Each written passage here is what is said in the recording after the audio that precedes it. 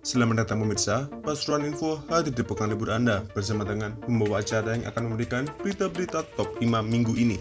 Dari warga 6 desa di Pasuruan, demo PT Satoria buntut Sungai Welang tercemar, hingga mobil pickup tertabrak KA Penataran di Sukorejo. Inilah berita-berita yang akan kami sajikan.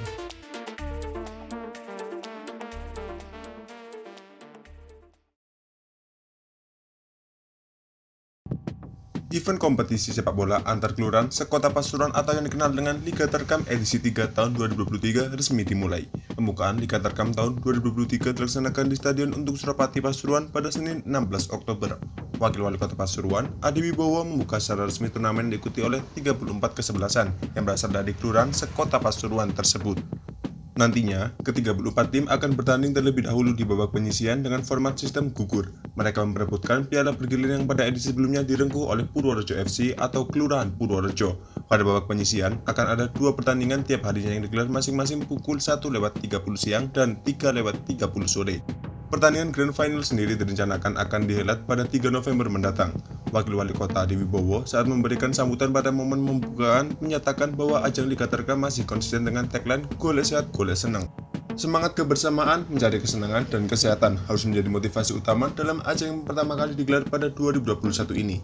Mas Adi juga menambahkan bahwa kegembiraan ini juga mungkin akan dirasakan oleh masyarakat di luar kota Pasuruan. Hal ini memungkinkan karena event ini juga disiarkan langsung melalui streaming channel YouTube Ramapati Pasuruan yang dikelola oleh Dinas Kominfo dan Statistik. Mas Adi juga berharap manfaat keikutsertaan para partisipan dalam event ini dapat meningkatkan level kesehatan para pesertanya. Untuk itu, ia juga berpesan agar para pemain dapat menjaga emosi dan sportivitas dalam permainan agar pertandingan berjalan menarik dan tanpa kekerasan. Wawali kemudian menyampaikan bahwa pemerintah Kota Pasuruan akan selalu mendukung dan mengapresiasi setiap kegiatan yang bernilai positif seperti Liga Terkam ini. Ia berharap dukungan Pemkot Pasuruan ini mendapat umpan balik masyarakat melalui euforia dalam menyambut Liga Terkam dengan gegap gempita dan tetap menjunjung sportivitas. Sementara, di kesempatan yang sama, hari pertama Liga Terkam ditandai dengan digelarnya 2 pertandingan yang mempertemukan Kelurahan Bukul Kidul vs Trajeng. Pada pertandingan ini, Trajeng FC harus mengakui keunggulan Bukul Kidul melalui babak adu penalti. Sedangkan di pertandingan kedua, Kelurahan Bangunrejo menang dengan skor telak 3-0 atas Kelurahan Petamanan.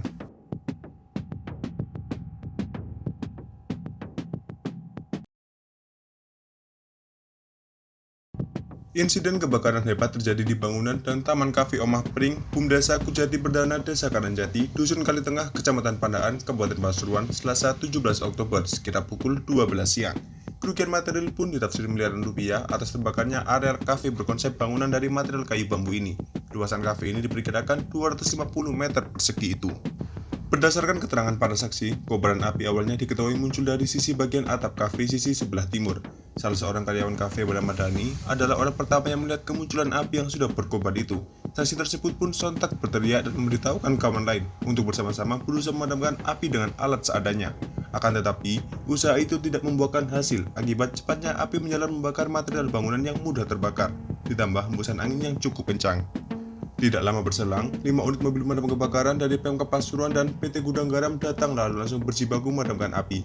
Menjelang pukul 12:45, api kemudian berhasil dijinakkan. Namun, bangunan kafe Omah Pring, lemari es 2 unit, rak buku, 20 meja, 50 kursi, TV dan sound system serta peralatan dapur dan dapur senilai 1,6 miliar rupiah ludes terbakar. Kanit Reskrim Polsek Pandaan, Ibtu Budi Luhur mengatakan penyebab kebakaran diperkirakan faktor alam karena cuaca sangat panas dan gesekan bahan atap kafe yang terbuat dari bambu serta welit alang-alang kering. Dalam kejadian tersebut tidak ada korban jiwa, hanya kerugian material.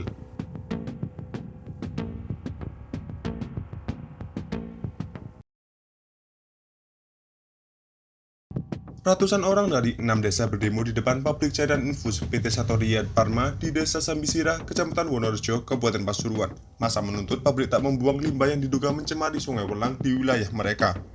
Masa berasal dari Desa Werati, Desa Pasar Keling, Kecamatan Kejayan, serta Desa Kebotoan, Desa Pukul, Desa Mulyorejo, dan Desa Pelingisan, Kecamatan Keraton.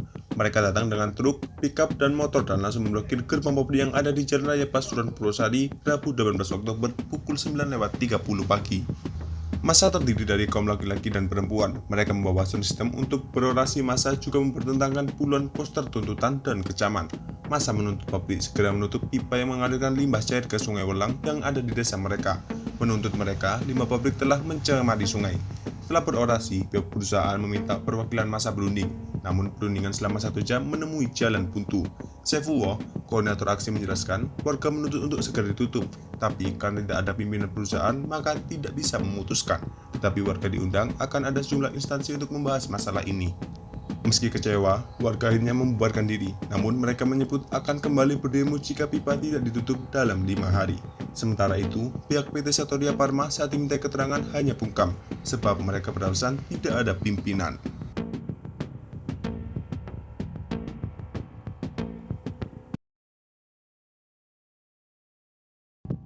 Kecelakaan di perlintasan kereta api atau KA tanpa palang pintu kembali terjadi di Pasuruan. Kamis 19 Oktober pagi, sebuah pickup bernopol N9544TB bermuatan pasir tertabrak KA Penataran di Dusun Babatan, Desa Kalirejo, Kecamatan Sukorejo.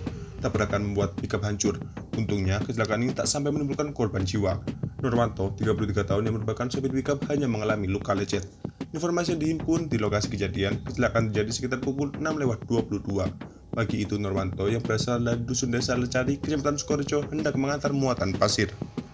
Apes dialaminya saat melaju dari barat ke timur. Saat pickup berjalan di perlintasan KA di Dusun Babatan, sebuah KA Penataran jurusan Surabaya Blitar melaju dari arah utara ke selatan. Seketika itu, pickup tertabrak lalu terguling hingga ke sebelah timur rel. Kecelakaan itu membuat warga gempar. Namun warga bersyukur karena setelah kejadian Nurwanto keluar dari pickup. Beruntungnya lagi, dia hanya luka lecet di wajah, tangan, dan kakinya. Saat kejadian, di lokasi belum ada sukarelawan yang membantu penyeberangan. Biasanya di perlintasan KA tanpa palang pintu tersebut ada sukarelawan. Kapolsek Sukorejo, AKP Safiuddin menjelaskan jika sopir tidak menyadari kedatangan KA Penataran dari arah utara ke selatan atau arah Mangil ke Malang. Moncong kereta menghantam bagian bak belakang sebelah kanan pickup hingga terpental sekitar 5 meter ke arah timur lintasan. Sopir pickup mengalami luka memar di kepala bagian dahi, luka lecet kaki kanan. Saat ini, sopir telah mendapatkan perawatan medis, sementara bangkai pickup masih diupayakan untuk dievakuasi.